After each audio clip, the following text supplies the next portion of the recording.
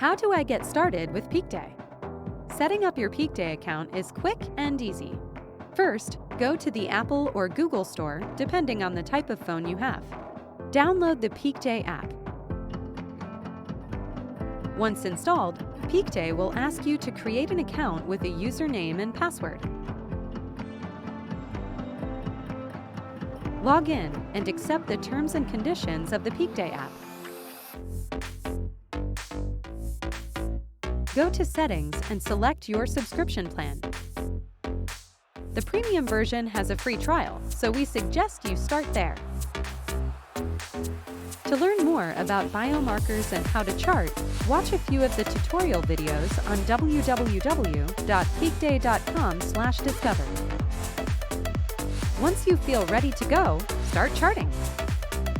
If you have any questions, we are here to help. Visit www.peakday.com and go to the Contact Us page to email, call, or chat live with us. We are happy to help get you started.